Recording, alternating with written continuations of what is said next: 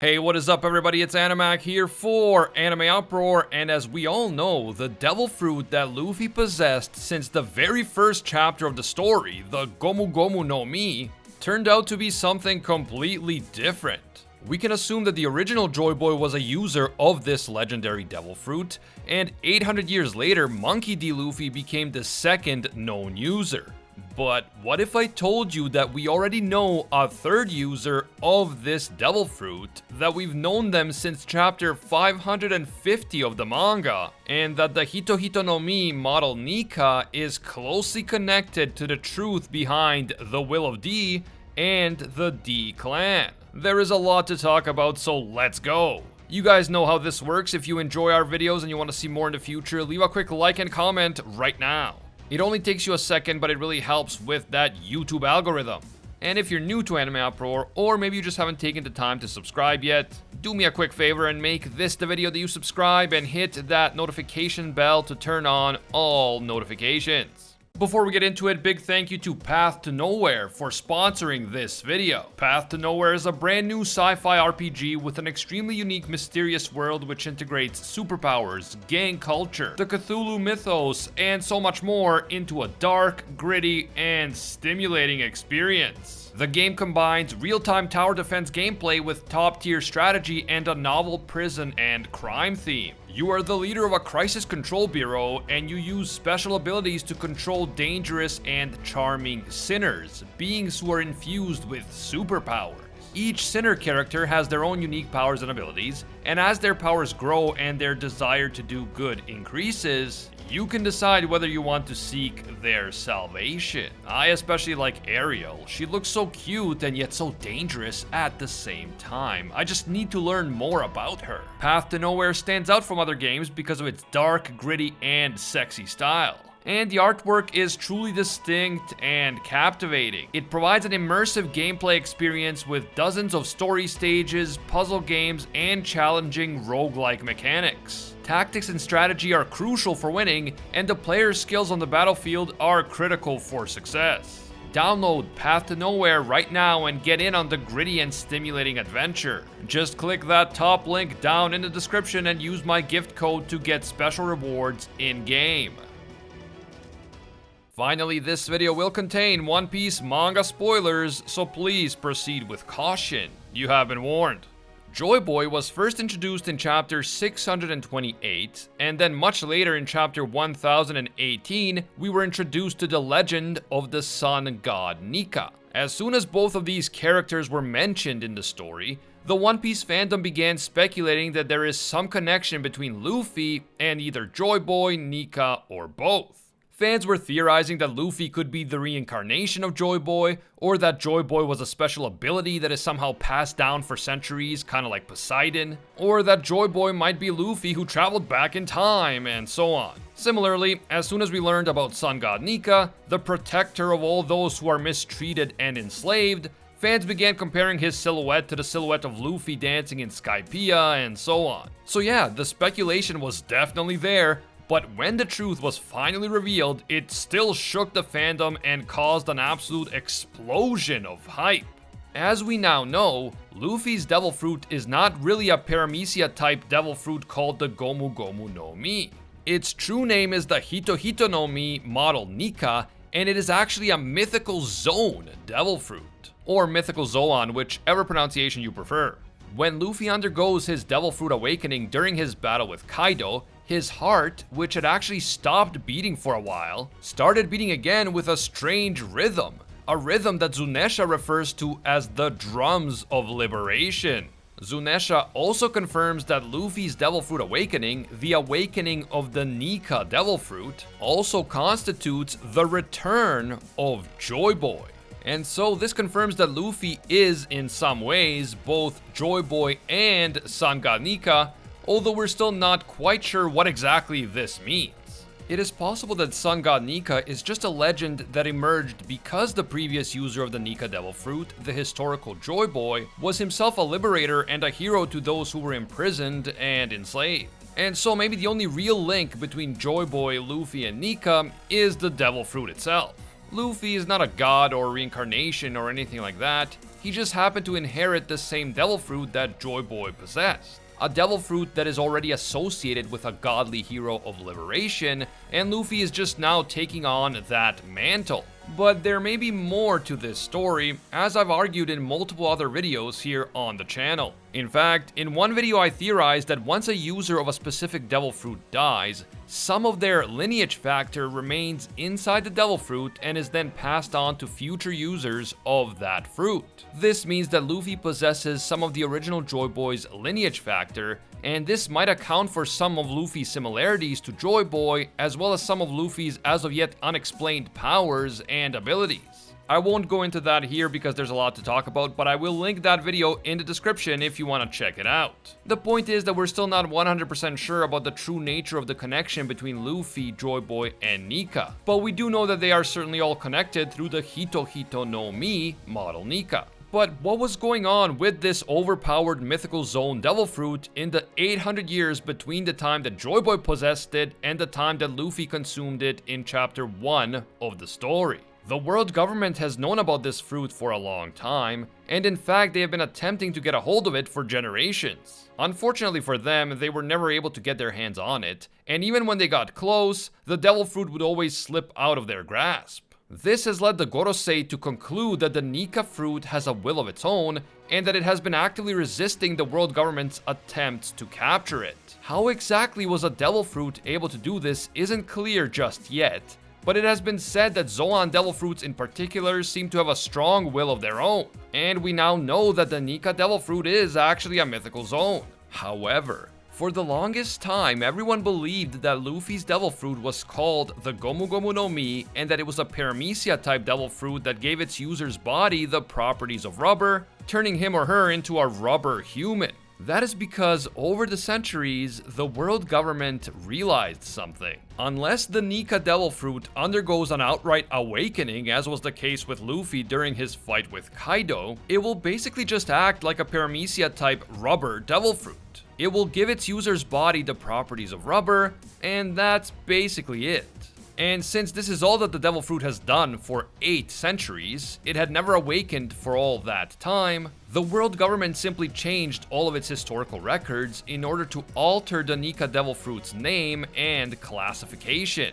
Anyone who came across it would think that this fruit is called the Gomu Gomu no Mi and that it turned its user's body into rubber. No one would know that this was actually a godly mythical Zoan devil fruit with incredible powers and with an important historical significance. The world government was hoping that if they can't take the fruit for themselves, then they can at least hide its true power and potential, which would of course make it less likely that the world government's enemies could use the fruit's power against them. After all, how can you go out of your way to obtain this fruit and awaken its true power if you don't know what it really is or what its true power actually entails? But all of this makes it clear that there were other users of the Gomu Gomu no Mi between Joy Boy and Luffy. How would the Gorosei know that unless it awakens, the Nika fruit will act as a paramecia type rubber-based devil fruit? They knew it because there have been other users, and the Gorosei were able to gather information about those users. The Gorosei noticed that Nika's true power simply wasn't awakening like it did with Joy Boy during the Void Century, and every time another user would consume it, it would simply act as a paramecia-esque rubber-based devil fruit. When the user died, the fruit would reincarnate and the process would be repeated. This happened for so long that the world government seemed to have gotten used to it, and since Nika hadn't awakened in 8 centuries, they didn't seem too worried about it. They kind of let their guard down, and so when they heard that a young pirate from the East Blue named Luffy obtained a fruit that matches the description of the Nika devil fruit, they didn't really worry too much about it, and they didn't go out of their way to eliminate him, at least not at first. After all, the fruit has been passed around for 8 centuries and it never became a threat, so why would this time be any different? Well, as we all know, this time was certainly very different, and the world government is now regretting its complacency. But I am here to tell you that just 3 years before the birth of Luffy, there was another living user of the Nika fruit. Although back then it was still just the unawakened Gomu Gomu no Mi. That person is none other than the mother of Luffy's bro Ace and the lover of the former pirate king, Goldie Roger. I am of course talking about Portgas de Rouge. Unfortunately, we know very little about Rouge herself. But the one big thing that we do know about her, the one event that defines her as a character, is the key to unlocking the secrets of the Nika Devil Fruit before it ended up with Luffy. Gold D. Roger knew that he was dying long before he willingly gave himself up to the Marines, and so he had plenty of time to make preparations for his epic final act. The very act which brought about a new golden age of piracy. One of the things Roger did before giving himself up was to leave his lover Portgas de Rouge with child. And Rouge is believed to have been about 5 months pregnant at the time of Roger's execution. Because Cypher Pole somehow found out that Roger was expecting a child, the world government forces attempted to find the child. They didn't want the only living heir of the legendary pirate king to challenge the world government in the future. And so they were determined to eliminate the child before it ever had the chance to become a threat. The world government did the math, and they looked for a child that could have been born within 9 months of Roger's execution. However, they never could find Roger's son, and there is a very specific reason for that. Roger's pregnant lover, Rouge, was living on the island of Baterilla in the South Blue as the world government searched for hers and Roger's unborn child. And yes, for you Spanish speakers, you can also pronounce it Bateria or Baterilla. Now, in order to divert all suspicion away from her son Ace, Rouge somehow managed to stay pregnant for 20 months instead of the normal 9 months. Since this shouldn't even be possible, the world government was fooled and they didn't take Ace away because they didn't think that he could possibly be Roger's son. The math just didn't add up. When Ace was finally born, Rouge secretly named him Gold D. Ace in honor of his father, but soon after giving birth, she died because her body couldn't survive the strain of a 20-month pregnancy. After Rouge's death, Ace was taken in by Monkey D. Garp, who ultimately placed Ace in the care of Curly Dadan. Ace would later change his name in honor of his mother, who sacrificed her life to give birth to him, and so he became Portgas D. Ace. And of course, it didn't hurt that Portgas was a far less infamous surname than Gol, which was the surname of the Pirate King himself. This part about Rouge and her extraordinary pregnancy goes by very quickly in the story, and we never really got to know much more about Rouge. At least not yet. And I think that most fans just kind of gave this crazy 20-month pregnancy a pass because, hey, One Piece is a fantastical story where a lot of crazy stuff happens. And the world of One Piece is clearly different from our own world, so who knows, maybe a 20-month pregnancy really is possible in that world. Except Oda made it clear that something like this shouldn't have been possible, not even in that world. And the very reason why the world government was successfully tricked is because they could never have believed that any woman could remain pregnant for 20 months. It was just unheard of, even in the world of One Piece. And personally, I always felt that something was a bit off about this situation. In our own world, doctors normally never allow a pregnancy to go on for more than a week or two beyond the 9-month due date. And that's because allowing a pregnancy to go for longer poses a health risk for both the mother and the baby. The first and most obvious issue is that the baby is continuing to grow, and it will eventually become too big for the mother's body to accommodate. There is also a risk that the baby will be compressed to such an extent that it will no longer be able to get the oxygen it needs to survive. I won't go into all the gory details, but suffice it to say that a healthy 20-month pregnancy is absolutely positively impossible for a human being to endure. I did some research because I was curious, and the longest pregnancy that resulted in a healthy birth appears to have been just over 12 months. This pregnancy, which occurred in 1945, seems to have been well documented and verified. There have been women who claim to have been pregnant for longer, even as long as 17 months, but these claims have not been verified, and doctors are highly skeptical that this is possible. As far as I've been able to find, no one has even tried to claim that they have been pregnant for 20 months, verified or unverified. So with that in mind, we have to consider the possibility that Rouge's 20-month pregnancy wasn't achieved through normal means. We have to consider the possibility that she had some sort of supernatural ability that allowed her to do this. And what better ability to achieve this than a devil fruit that gives your body the properties of rubber? A devil fruit that allows you to stretch your insides at will, enabling your body to accommodate even a massive 20-month-old baby. Thanks to Luffy's gears, we know that even the unawakened Gomu Gomu no Mi can be used to manipulate the blood flow and oxygen circulation within the user's body. So this would also explain how Rouge was able to keep her baby alive under such extreme conditions. So, if Rouge was really a user of the Gomu Gomu no Mi, it is possible that the Devil Fruit's body manipulation abilities would allow both Rouge and her baby to survive a 20-month pregnancy.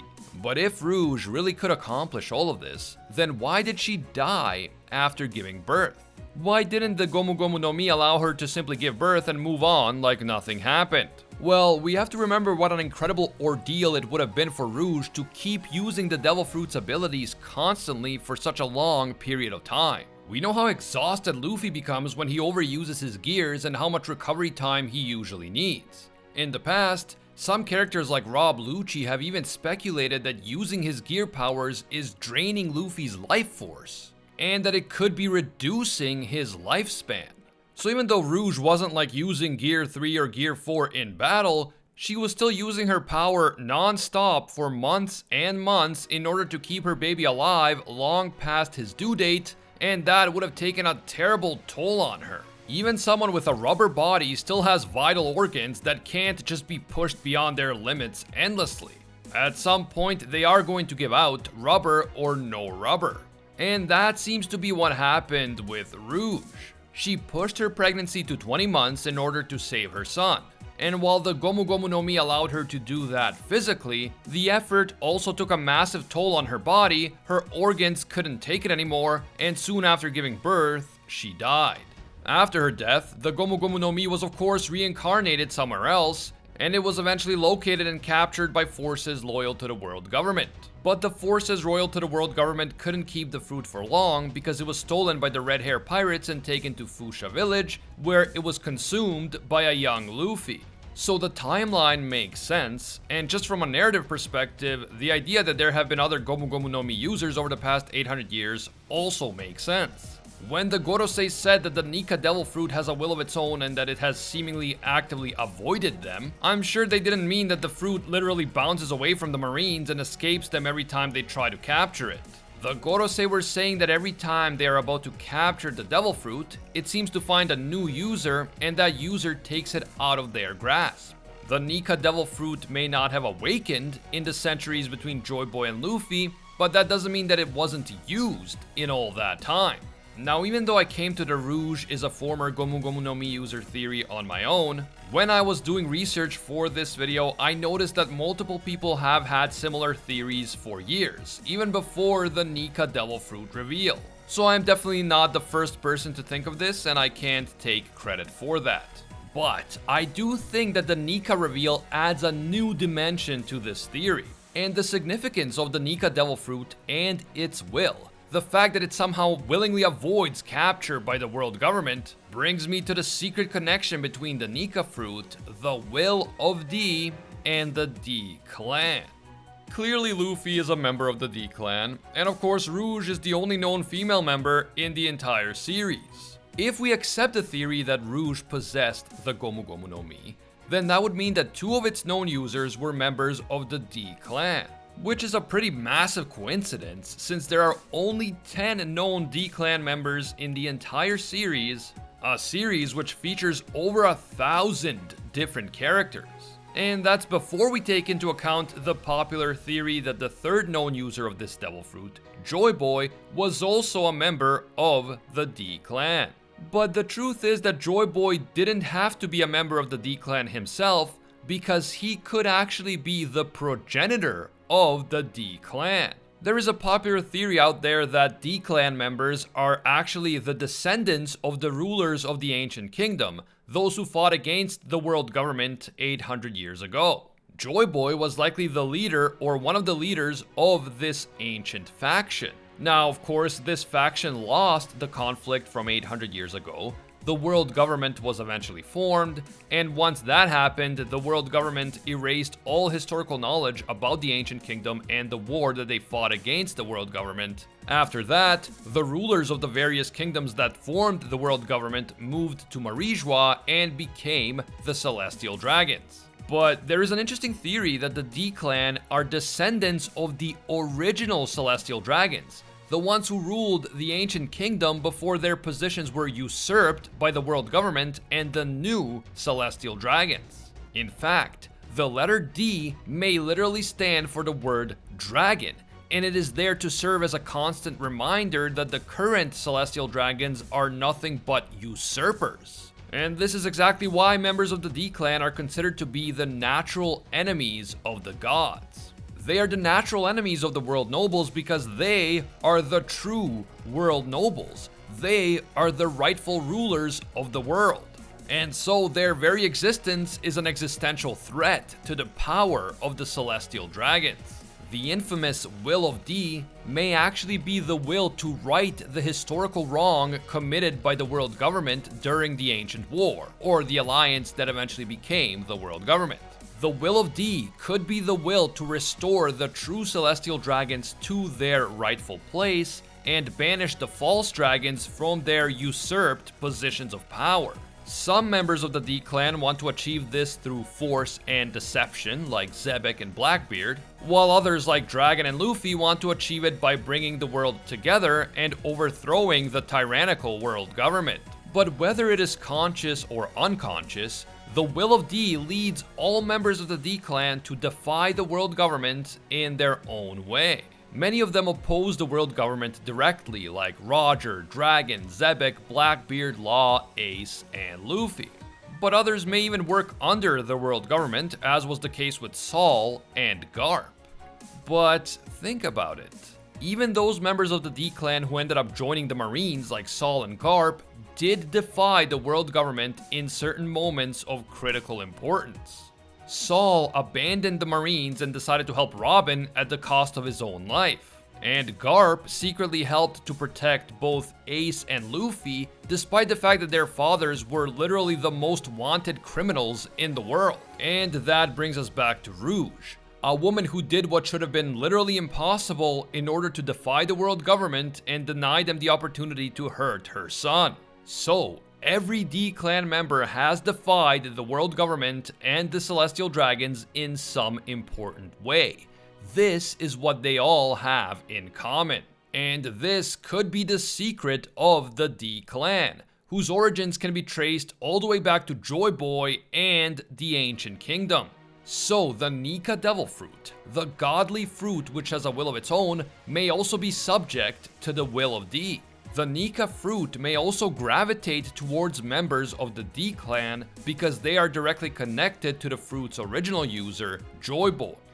The Will of D could be part of the reason why the Nika fruit has managed to avoid capture by the world government for so long. The Nika Devil Fruit could be connected to members of the D clan, and it is possible that it naturally gravitates to them and away from the world government and the celestial dragons. If so, then it would make sense that the only two users we know after Joy Boy have been Rouge and Luffy, two members of the D clan. And if this theory is in fact true, then it also leaves us with a very dark future for One Piece. After all, Blackbeard is also a member of the D clan, and he has the ability to steal devil fruits. Therefore, if the Nika Devil Fruit gravitates towards members of the D clan, Blackbeard may attempt to steal this incredible devil fruit from Luffy sometime in the future.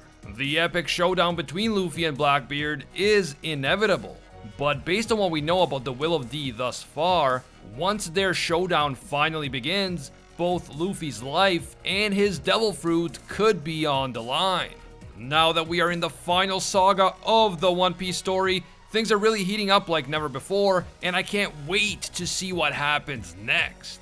Let me know what you guys think. Do you agree with me that Portgas de Rouge was a user of the Gomu Gomu no Mi, also known as the unawakened Nika Devil Fruit? Also, is the Nika Devil Fruit connected to the Will of D, and what is the true meaning behind the D clan? What is the common thread between all of its members? Is it their common instinct to defy the world government? Don't forget to leave your thoughts down in the comments below. If you guys enjoyed this One Piece video and you want to see more in the future, leave a quick like and comment. It really helps a lot. And if you haven't taken the time to subscribe yet, remember that it's completely free and it does a lot to help on YouTube. You can also hit me up on Twitter and Instagram at AnimeUproar. Thanks again to Path to Nowhere for sponsoring this video. Check them out, link in the description. As always, thank you guys so much for watching, and until next time, see ya, Space Cowboys.